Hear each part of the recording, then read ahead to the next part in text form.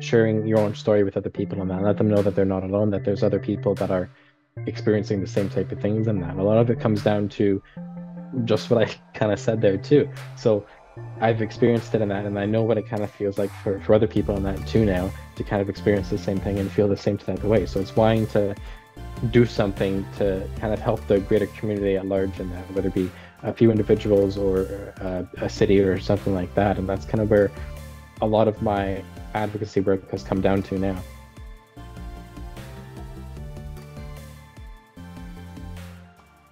Hey everyone, welcome back to another episode of Oh My Curry Goodness. My name is Hamza Islam. On each episode of this podcast, I talk to Gen Zers from different fields about their story and the experiences that have shaped them into who they are today. When it came to naming the podcast Oh My Curry Goodness, I kind of broke it down into two things. When we hear stories that are really interesting or that are shocking or amazing, powerful, whatever that may be, we say, oh my goodness. And I added curry because my favorite food is curry. So, oh my curry goodness. And I hope that it's a common term used in the world. I know that's probably not going to be the case, but it would be really cool nevertheless. However, while I would love to live in a world where people say, "Oh my curry goodness," I do hope that you guys as listeners take valuable lessons from each guest as you continue to write your own story. Because storytelling is a powerful tool. It allows us to connect with people in a very unique and humanistic way. And so I hope you guys continue to support this podcast and continue to be inspired by people who are of the Gen Z generation, because it doesn't matter how old you are or where you come from, you are capable of doing incredible things.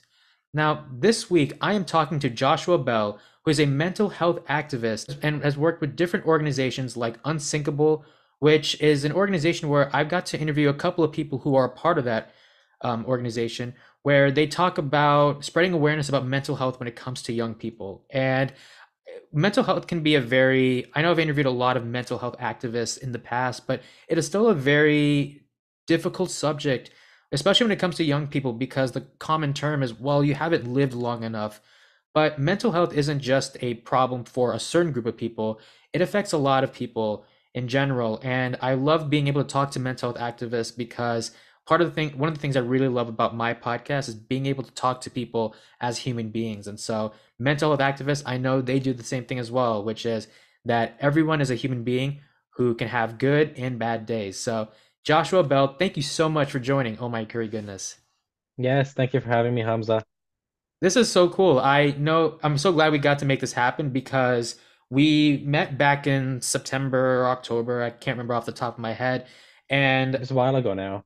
Yeah. yeah, but one of the things I love talking to you, why I love talking to you is that you're a very conversational person. And so one of the things that frustrates me the most is meeting people who give one or two word answers. So meeting people like you who just love talking to people is really cool to see. So I'm really excited and hopefully you enjoy this episode, man. Yeah, well, thank you for reaching out to me too. A few months ago now it's been. So we've had some great conversations since then and that. So I'm really excited to kind of dive into some of that mental health work and things like that, but also have some good conversations here over the next little bit. Absolutely. Now, before we talk about mental health, I want to talk about something that is really important to you personally, which is the importance of community. Now, obviously, I'm not talking about just mental health community or like your personal, well, no, not talking about just your mental health journey, but the city that you grew up in. And I think for a lot of people, and I'll plead guilty to this charge. I used to look at my city as just a city that I just grew up in. Like I'll tell people Hmm. as someone who's from Columbus, Ohio in the United States, because I know you're from Canada, as someone who grew up in Columbus, Ohio, I'll say, "Oh, I grew up in Columbus, Ohio." But one of the things I wish I did was be more involved in my community, just because of how much of an impact people made on my life. As someone who really loves spending time with their community, tell me a bit about the relationship you have with your community. Because I know I talked a bit about how you love it a lot. You obviously like to give back, but obviously you know your relationship with your community better than everyone else. So I would love to start this podcast by talking about what that relationship looks like for you. Yeah, and like you kind of said too, I still kind of do the same thing too. So I'm from Hamilton and the GTA and that, so just a little bit south of Toronto, and I still do too have that disconnect sometimes of well, I'm from Hamilton and that, and that's kind of the end of it. But no, I really it's a unique relationship. I would like to think in that, and especially with all the different community organizations and groups and things like that that I'm a part of and that. So I've had the opportunity over the last few years now to go out there and actually be an active member of your community, which is something that everyone, in my opinion, should uh, be able to have the opportunity to do, to go out there, find an organization or a cause or something like that that they like, and work to build that relationship between them and their community, whether it be through like volunteering or other advocacy work or something like that. But yeah, no, I like to think it's a great relationship actually over the last few years now in that. So I've had the opportunity to be involved in quite a bit, and we're always continuing to give back, to listen, to work with others, which is something that I extremely love doing. So yeah, I'm very happy to talk about some of that today too. Yeah, and it's weird because, like you said, I'm glad that we connected in the sense that we used to have this disconnect, but I often found that when you are giving back to your community, one of the things that some of my guests in the past have talked about is that it's also like I know you're being unselfish, but also being selfish in a sense where you're also feeling that like it makes you happy too because you're helping someone and in whatever way that may be.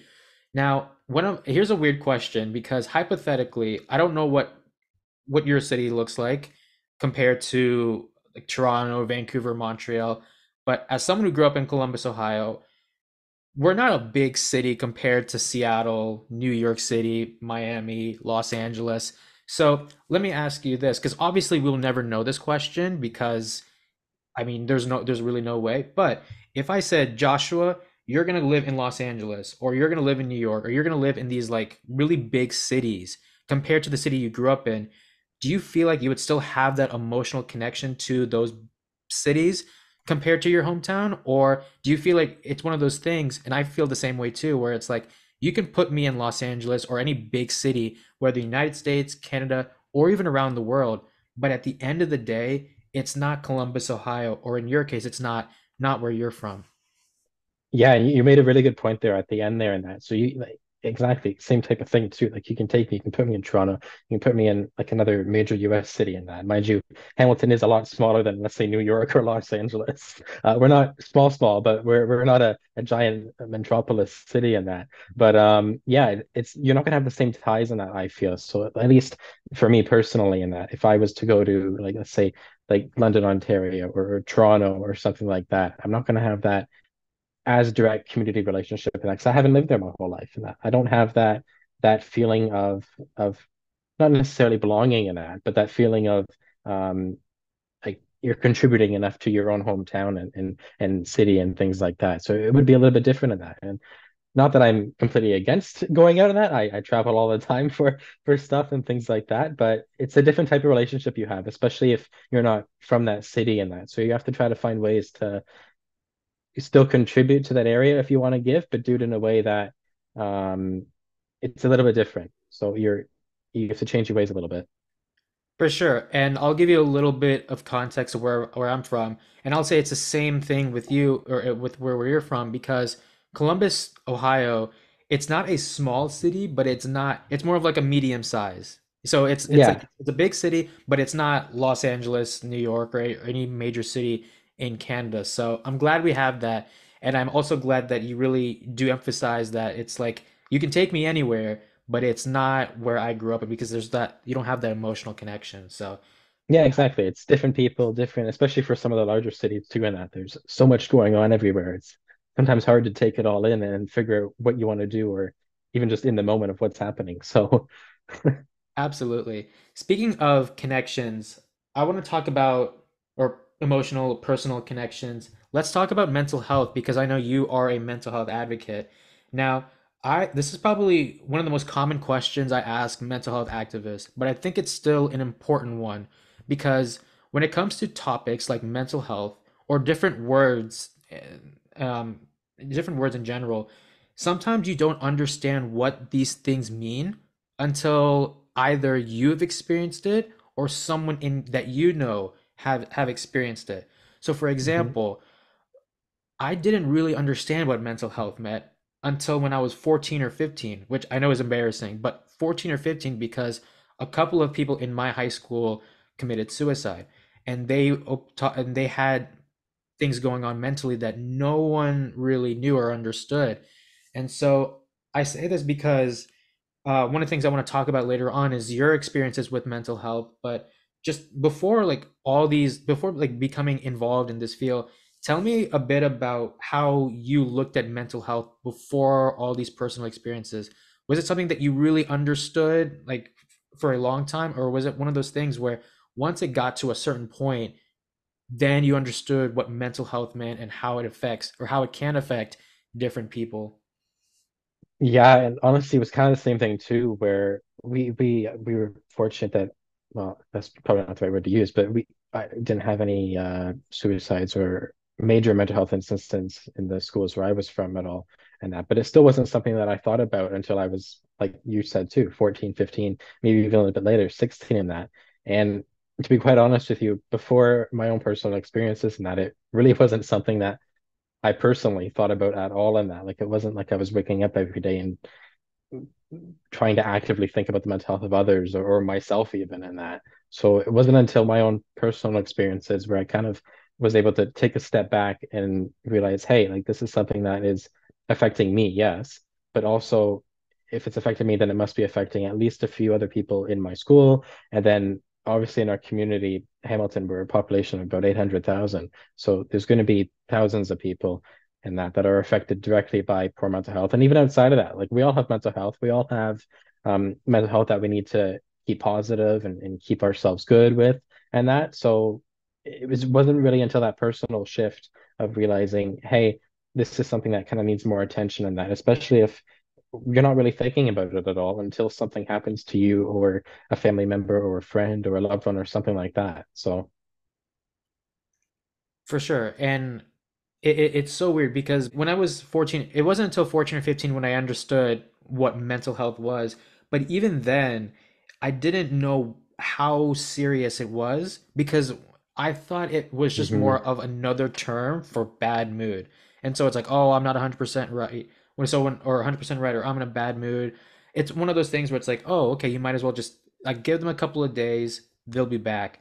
But then depending on person to person, it could be much more, I hate to use the word complicated, but for lack of a better term, let's just use it, where it's like there's something much deeper happening that none of us understand, either because no one's comfortable having these conversations. Because if you're the person saying I'm going through something, then you get a lot of weird looks like, are you trying to cause attention? But then on the other side, it can be tough because you don't really know what to say. And before we talk about your personal life, what I do want to talk about, because I've been thinking about this too. It's like if you're hurt physically, like let's say you're bleeding, or you have like I don't know, if you're, let's say you're bleeding, you can tell someone's hurt like because they're bleeding. That's Mhm. not comfortable. Yeah. But then it's kind of hard to see if someone is kind of bleeding mentally. Like if they're really not right, you can't really tell because there's no there's no damage. Yeah, there's no, yeah, exactly. Kind of what you just said too. There's no physical signs most of the time that someone's struggling mentally, especially with something like depression or anxiety or something like that, or even those suicidal thoughts and that.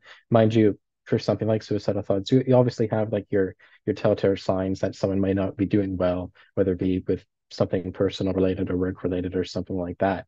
But it's really this greater conversation piece really that's missing from our society right now of having these conversations about your mental health and well-being, especially in our youth and that too. So like again, 15, 16, until I really was able to take a step back and think about, okay, well, this is my mental health and what this means for me and that, and how I might have to go about changing and tweaking these little things to make my mental health and well-being a little bit more positive in that. So it's these conversations in society generally that are really lacking, that kind of need to be picked up and brought into our education systems and brought into our homes really, to have these conversations to realize, hey, this is what mental health is, this is kind of what this means and what this is and how we can kind of go about like positive making ourselves more positive towards our mental health and well-being. So Yeah, completely agree with you on that. absolutely. And it's like it's one of those things. I know this is usually said in like adventurer terms where it's like just because you can't see it doesn't mean it doesn't exist. But you can also Mhm. apply that in mental health too, where it's like just because you don't see you can't see it like on the outside, it doesn't mean that it doesn't exist at all because it does. You just you really have to be able to spend time with that person to understand the full story. Yeah, exactly. And Okay. especially those conversations piece in that too. It's like expanding the knowledge about like what mental health is and that and how it affects people and everything like that. And that stigma piece too, because that's playing a huge part in it right now too, about people don't want to go and talk about mental health and well-being because of what other people might think about themselves. And that was, I'm sure I'll get into that a little bit later on with me, but that was a major part for myself as well in that a few years ago. And even now still currently too, with all the stuff I'm doing and other stuff. So it's difficult to bring it up and to mention it. Let's talk about vulnerability and let's focus on you specifically because, like you said, when it comes to being vulnerable, I think, especially with our generation, Gen Zers, and also young people as well, we don't like talking about it because we feel like vulnerability equals weakness. But what I've learned from the people in the past, and I'm sure you as well will agree to this, it's not weakness, it's strength. And Hmm. one of the things this is another embarrassing moment. I don't think I really understood people's personal, like when I say personal, I mean like especially like our generation, like young people or just people my age. I didn't really understand what people went through until I was like 18 or 19. And so when I got to hang out with friends in high school, because I didn't get to do that in high school, it was something I did in college.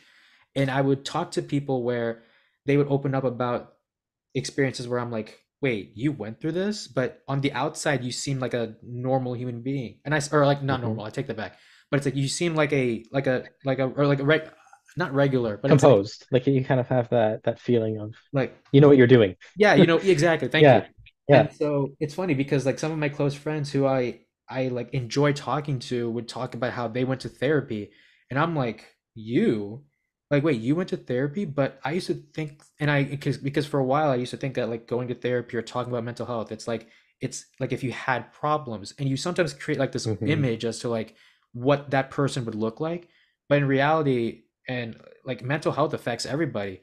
So one of the things I want to talk about is like your personal experiences because you talked about how you had things like you had struggles like with suicide and mental health, and I was a bit concerned about asking you this question, but I felt like it was needed because I really want to be able to focus on the human aspect as much as possible. So if you're comfortable, and I don't want you to say too much unless you're comfortable, I'd love to talk about what those days looked like when you were going through those difficult periods of your life. And then I also I also would love for you to talk about how you're able to keep going because when you are going through a difficult situation, it could feel like it feels difficult and it's only something that you understand, not everyone else. But at the end of the day, it is about now that challenge is how can you keep going even when those days are difficult for you? Yeah, and you're right about that. It is difficult to kind of continue to keep going and like have those relationships and everything too when you don't feel like you have anyone to talk to or you don't feel like you have anyone to kind of go to discuss things with or something like that, and kind of bring it back to something you said on that too. So even with that, I really didn't start going out and hanging out with people until university, college, well, university and that too. Like I had my people, my circle in high schools and things like that, but really going out and doing things in that because I was focused on other stuff, or it was that mental block of that anxiety of having to be out there and go and do stuff and things like that and XYZ. And it's really this isolating feeling, and like you feel like you don't have anyone to talk to or to do anything or something like that. So there was a lot of like anxiety driven behaviors and like school related stresses and that at the time too, and all this other stuff that was kind of leading towards that poor mental health and eventual suicide attempt in that. So like these this high anxiety all the time, and like this, what is this person thinking, what is that person thinking, and what happens if I go and do this type thing.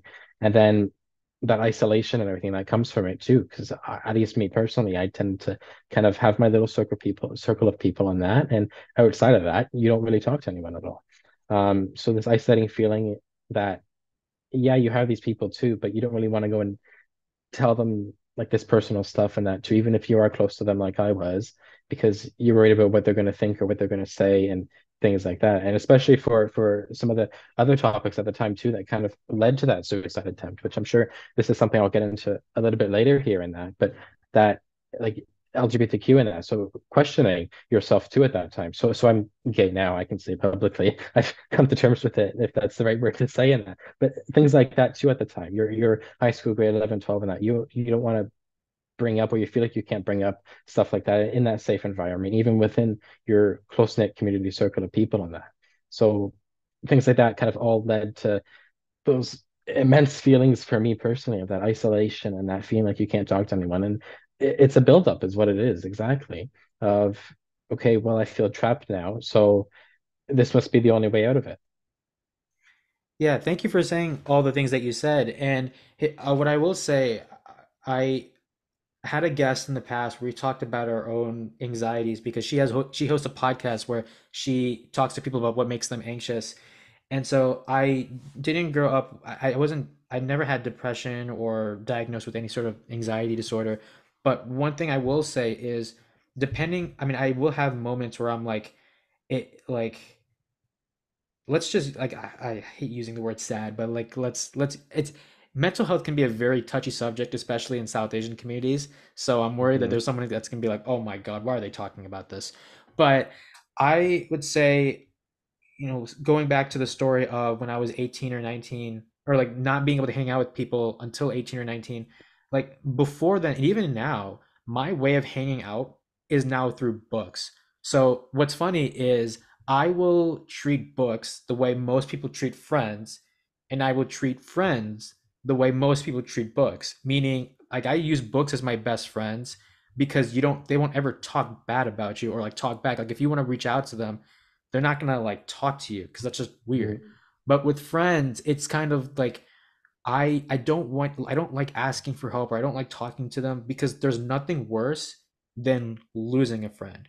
And so I usually it's weird because I in college will like to spend time by myself because I don't want to be a bother to other people. And I think that's what I wish people, and it's hard because this is why I feel like this is where mental health becomes a weird subject as the person going through it, and then also the person that is being told about these things. Because hypothetically, you want to help, but you don't know how to help that person. And it's like one of those things where it's like, it's either you don't want to help or you're worried about saying the wrong thing. And so I do wish, and that's why like I said, like why mental health, especially among young people, is important is because we don't we're not comfortable having these discussions because when you're talking about your experiences, that's not easy. Like when I was thinking about like letting you open up about your experiences, it's like, can you? Do you want to? Are you comfortable? And it's not because I don't want you to. It's just that can you be comfortable? And so I know I'm going on a tangent and I feel like I don't know where I'm going with this, but I think it's hard because um I think the friendship circle, that tight-knit circle that you can trust, but you also don't know you can trust because you don't want to in a way affect their mental health. Because you want help, but now in a way you're becoming the villain in their personal life, if that makes sense. Yeah, exactly. And I don't know if I would call it a villain in that, but I kind of get what you mean in that too, that kind of burden, that type thing in that too. And that was kind of the reason too as to why I was so hesitant to even before that suicide attempt and things like that to even mention anything of hey I'm kind of feeling this way or feeling that way in that now and like you kind of said too it's that stigma in that too so in like where the South Asian community in that it's completely different than some of the communities that I'm part of in that so you have to try to find this balance too in the people that you're talking to whether it be your friends or your family or your greater community at large in that about how you're feeling and what the balances this so they kind of get it and understand too of like what you're thinking, what you're kind of feeling in that, so they know how to respond to it too. It's like it's that challenging blockade sometimes of like even me, like I'll have people come to me too sometimes and be like, hey, well, I'm kind of feeling this way and that way. And at first I'm kind of hesitant to respond because yes, I do a lot of this mental health advocacy work, but I am not a trained professional type thing. So I don't want to give you the wrong advice or tell you something and then you go and act upon it or something like that because I haven't gone to school for anything mental health related or anything like that. I'm a judicial science and law student right now at McMaster, so completely different and unrelated topic. But it's really challenging to know how to respond to these things too sometimes. And in my view, a lot of it comes back to that lack of greater conversation in our society and that we don't have those skills and that knowledge to be able to know how to one address it, but then two how to respond to it and ensure that it doesn't really happen again, or we can reduce the feelings of these like feeling isolated and things like that too.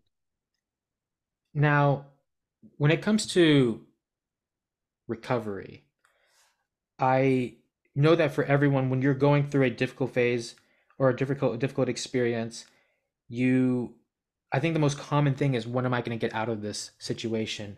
And Hmm. with whatever it is, whatever situation that you're going through, when you're trying to find like, I guess the good outcome and whatever that may be, it's never going to come overnight. It's going to be a work in progress. And so, like I said, I don't want you to be able to talk too much about your experiences with suicide unless that's something you're comfortable with. But thank you for nevertheless being able to share as much as you can. What I do want to ask you though is what were those small baby steps? I can't speak today. What were those small baby steps that you took in your life to help you kind of find, I guess, the light at the end of the tunnel? Because you're going through a difficult situation, and hypothetically, you want to just get away from it and find the quickest way possible. But like I said, this is like a personal experience that journey to recovery, if you will, it's not something that is easy. It takes a long progress. So I'd love for you to talk about what those baby steps that you took to be able to find your way back. Yeah, and it's not really a straight line either too in that, which I think is something you kind of alluded to there too, these baby steps in that. So trying to find these small things that you can do that kind of make you happy or that feel like are propelling you forward and away is not the right word, but kind of forward and into like this new life and new things and that. So like for me after my suicide attempt and that I obviously you had those feelings of isolation before for me personally and that. So I was very, very disconnected from friends for a few weeks too beforehand and family and things like that. So after that first attempt and then I kind of took time to step back again further and be like, okay, well, what can we kind of do to fix this type thing? So obviously you can go talk to a therapist, which I have mine. Love her. Shout out to you. Um, but you also have to kind of take these other things too. They take these other things and take these small steps. And that, so for me, it was kind of getting back into talking with family and going out and doing these small things with friends and that, and nothing major at all, but small enough that you kind of feel reconnected to your community and reconnected to the people that care about you and you care about them type thing. And even now, still too, like you're still having these ups and downs and that, especially with the anxiety and things like that when it comes to how you're feeling in certain situations and that, and even suicidality did too in that. So that was my first attempt in June 2019. There was three other attempts after that too, that although not successful, still are these little setbacks and things like that too. So you have to try to find ways to cope with my mental health and your mental health before things kind of come up and that, but also not completely blockade yourself off from everyone, which is something I'm still learning to do now too. And that all these years later, and that of okay, you kind of are starting to feel this type of way now and that. So go and talk to someone first or mention it in conversation with a friend or someone you care about instead of having that full blockade, because that is something that I do. I get very defensive, if that's the right word, when it comes to certain stuff and that. And you end up putting up this blockade and blocking everyone out. So these little baby steps forward and that make you feel connected and that are really helpful. For sure. And I know these are baby steps, these are small things, but they end up making the biggest differences.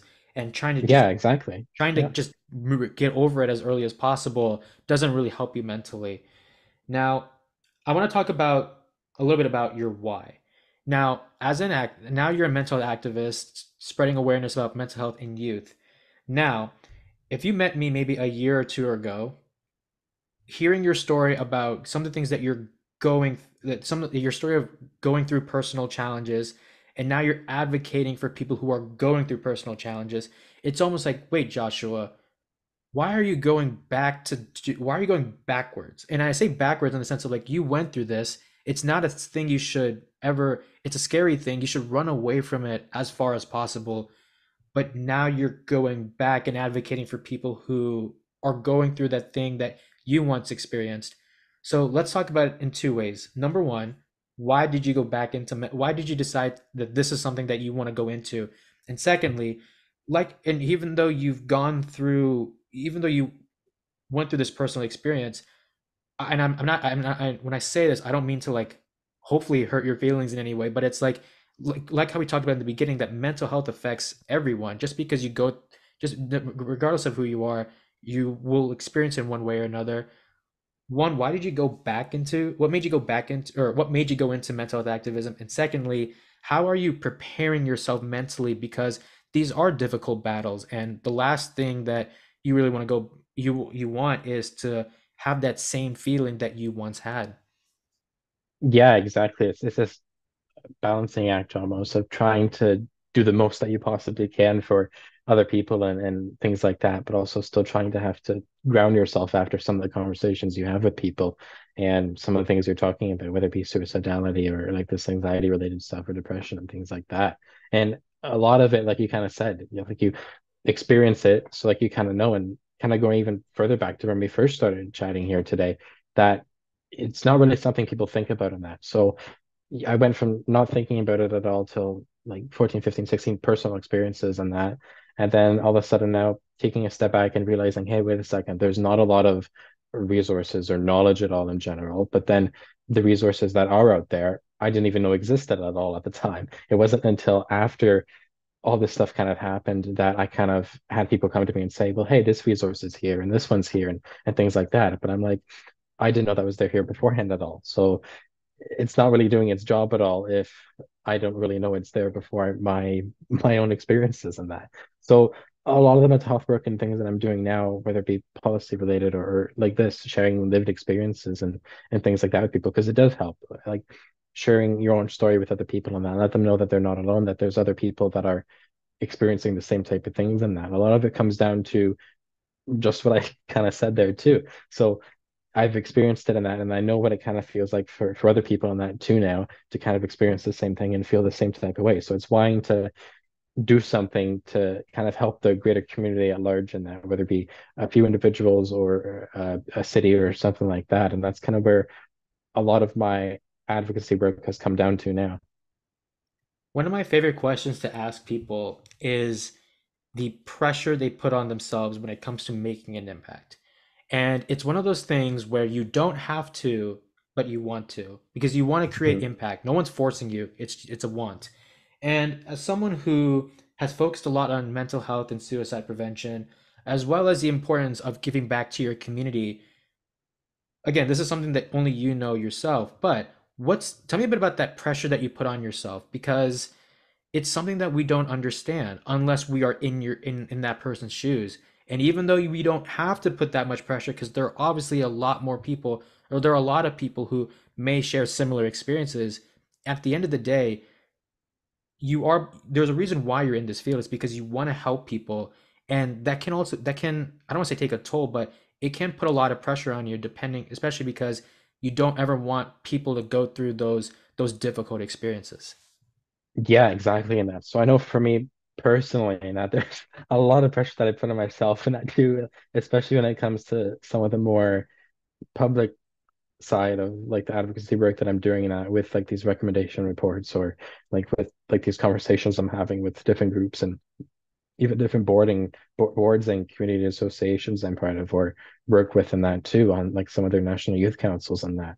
So I'm personally very heavy with my deadlines that I set for myself just to get stuff done, but also try to have that impact before kind of things kind of get worse than that. So again, it comes back to kind of what I said before too, but having to find that balance too between personal stuff, like work related and advocacy type stuff, and then like the rest of your life and things like that. But I'm very heavy with what I do. I put a lot of pressure on myself in that too to kind of get the most done for everyone, and that whether it be a small impact or a large impact in that. And yeah, it's challenging sometimes, but we have to take a step back sometimes and just calm ourselves and remember that, hey, take it slow and things are still going to get done and jump right back into it. Yeah, and I love people that can be very hard or critical on themselves. And I just find that like when I meet these people, it's because they care.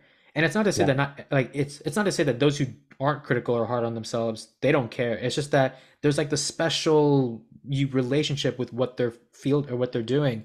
And I had a friend, I had a discussion actually, and maybe you can feel free to elaborate this on as well. But I had a discussion with someone the other day about overthinking, and I said to this person, I like overthinking, and then or I like to overthink at times. And even though people will say, "Oh, you're overthinking," I'm like, "Well, maybe you're not thinking enough." It's like it's just like I'm oh, like am I really overthinking, or maybe you're just not thinking enough, and it's because you care. And so I do appreciate you being able to open up about the fact that yeah, you are critical on yourself because it's such a serious issue. A few Well, questions yeah, before. and Oh, go ahead. no, yeah. So I was just going to kind of add on there too and say like, yeah, like there's different ways of doing things too in that. So I realized too that how critical I was before when I first started some of this advocacy stuff was a lot less than I am now in that. 'Cause I'm really seeing the impact that some of the stuff is having on people. And you, over the course of a few years doing that, you're coming to realize even more that, hey, this stuff is extremely important too in that, especially when it comes down to sharing your own lived personal experience or some of the suicide prevention work and things like that. Like these are not just stats or people on paper at all. Like these are actual like living human people that are in our cities, in our communities, that people are friends with or colleagues with, husbands, wives, and things like that. So, For sure. Couple of questions before I let you go, or more so topics. Couple of topics before I let you go. The first one is this has been one of, well, I mentioned the last one was one of my favorite questions, but this one is like maybe more so my favorite question because when it comes to passion and giving back, I always say that there's two types of like when it comes to choosing what you want to do, there's the I have to do this and I want to do this. The mhm. root of it has to be a want, meaning like, oh, I want to get involved in mental health activism. Even though there are challenges, you're willing to embrace them. Not I have to Yeah. become a mental health activist because it's like, what do you mean you have to? It's you want to. Mhm. But even though you want to become a mental health activist, or you want to do these things, there are certain things that you have to do that you don't like. And why I say this is probably my favorite question is because even though people are passionate about things, there is a human element in that sense that just because you like, there are some things that you don't like about, there are some things that you don't like that you, wait, there's some things that you don't like about the things that you like. So, for Yeah. example, as a podcaster, yeah, I love talking to people. I love interacting with people who are my generation. Do I hate editing? Yes. Do I hate hearing the sound of my voice? Absolutely. Do I hate staying late to make sure all the episode looks good before publishing? Absolutely. But I have to do this because it's part of the job. As a mental health activist and someone who's been involved in this field for a while, what are some of the things you don't like about the things that you like, but you have to do it because it's part of what it means to be a mental health activist? Yeah, and before I kind of jump in answering that too, like you said, there's a difference between having to do something and wanting to do something. And in that too, there's going to be a massive difference in the type of work that's pumped out or the type of stuff that you're doing with that, because it's a different mindset at the time. Whether you're wanting to actually go and do something, like for me, that mental health work, or feeling like you have to go and do something in that. For me personally, like I love all the stuff that I'm doing and working on it and things like that. But sometimes the reading for me is what gets me of having to sit down and be like, okay, like you have to read through all these new reports that came out or something like that to like kind of filter through and find where we can kind of tweak things or make further recommendations and things like that. Because well, I honestly love reading them and everything like that because I love gaining this new knowledge and information and things like that, especially when it comes to mental health related stuff and things in my community, like with youth leadership and all this other stuff. And that sometimes it's just like you see a stack of papers at the end of the day after you've already gone to university classes, gone to college classes, and all this other stuff, and you just don't want to do it at all. So it's this kind of mind block for that split second, but then you realize, okay, well, hey, like I want to do this and that. So you kind of go ahead and go and do it. But it's challenging sometimes. The last thing I want to talk about is fear. And I want to break it down into two things. First thing I want to talk about is when it comes to advocating for the mental health of young people, because I know that's what you advocate for, kind of like how we talked about how not everyone will understand the importance of youth mental health because it Hmm. goes back to the, well, you haven't lived long enough. Like I'm 30, 40 years old, like I've experienced some things. You like what have you experienced? But like we talked about how it affects everybody regardless of age. How have you been able to embrace those challenges when you're talking to people? And I don't want to just talk about young people because although we have like I always say like that our biggest enemies can be people or like can be ourselves or people who are Yeah. close to us. And Hmm. so like yes, it's a challenge to convince other young people to talk about mental health, but I want to specifically focus on talking to, let's just say, older generations because I hate to use the term old people and then get bashed for it.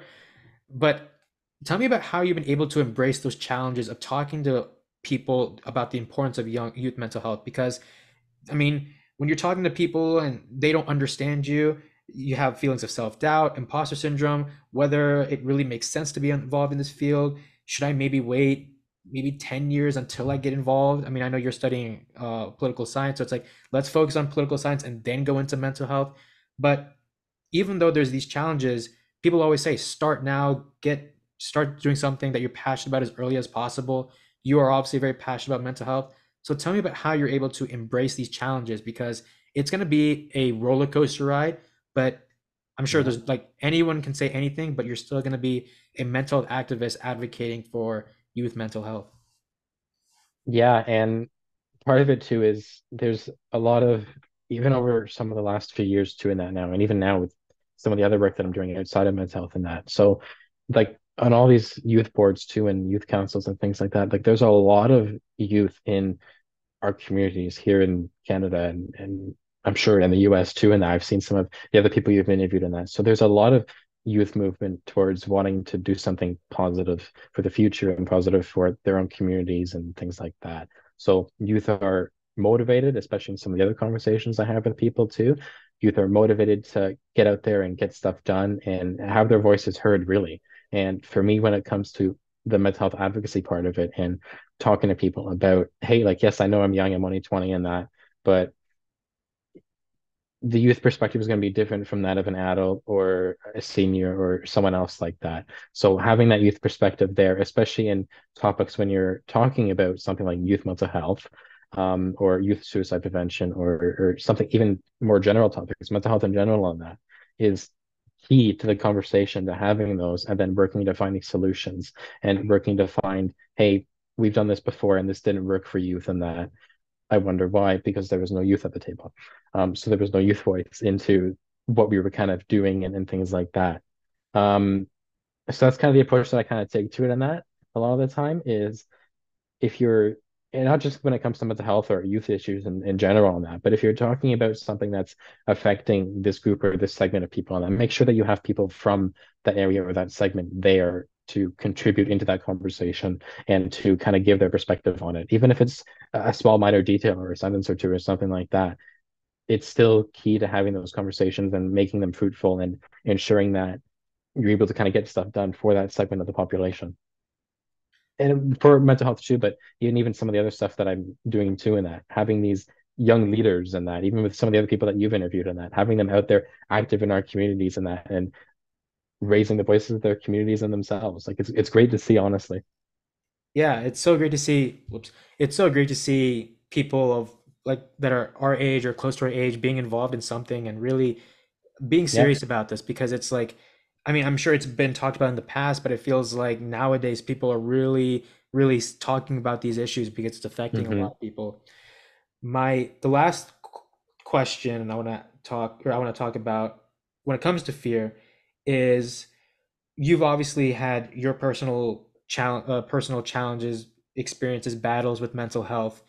And I know that even though you are in a better place today, I'm sure there's still things that you're going through every day as a mental health activist or just as a human being in general.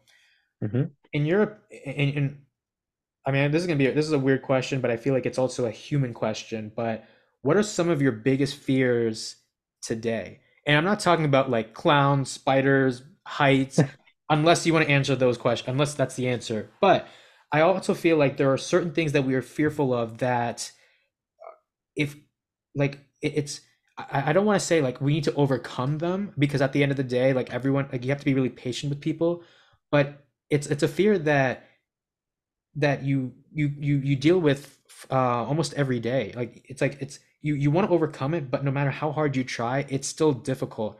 And it's like it's kind of like it's more of like a personal development as opposed to like the spiders and the clowns and the planes and heights. Hmm. So unless those are the answers, what do you feel like are some of your biggest fears that you hope to overcome in the future?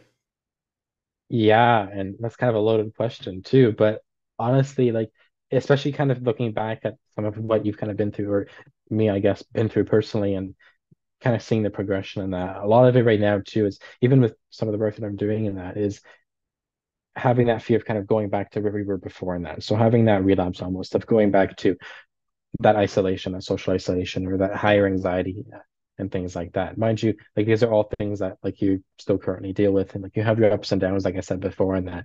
But really, that fear of flipping back completely into okay, well, everything is just going to kind of stop now, and then we're going to flip back into doing what we were like 4 or 5 years ago in that. And when it comes to your own mental health and well-being and not really taking care of it or looking at it anymore or having that social isolation and that fear of people just getting up and walking away type thing. So that's a major one right now. For sure. And here's the thing, yeah, like you said, that life will have its ups and downs. It's going to be a crazy journey, but if there's one thing that I know you emphasize is that the importance of community, not just when it comes Hmm. to, and obviously, and I don't mean giving back, but also how we talked about how there are so many young people being involved in mental health and that they've opened up about their experiences. And so let's work together to live in a world where young people's mental health are being taken care of and that they matter because like we said that it affects everybody, and let's hope that we give them the resources they need to be to find their road to recovery. So, Joshua, I know you are a very busy person, but I want to say thank you so much for joining the podcast. Thank you for being able to share your story. I remember getting ready for this conversation. It was like, what are some of the questions we can ask? Because while I care a lot about vulnerability and being authentic, there's also a line that, as like people who host a podcast, there's a line we don't want to ever really go through because these are people's personal stories. And when it comes to like your experiences with mental health and suicide, I want to be able to make sure that you are able to be comfortable in sharing your story. So thank you so much for doing that. Thank you for everything you do with youth mental health. And I wish you the best of luck in the future. And hopefully we get to meet in person. Yeah, thank you so much for those kind words too and that. And it was great to have this little conversation and that too. And hopefully people listening are able to kind of take something from it too. So thank you. Thank you. Thank you guys so much for listening to this episode. If you guys like what you saw, be sure to subscribe to this podcast on Apple Podcast, Spotify, or wherever you get your podcast. You can also follow us on Instagram at the OMCG Podcast for more information on guests, preview clips, and more. Please continue to support this podcast in the future, and I can't wait to see you guys in the next episode.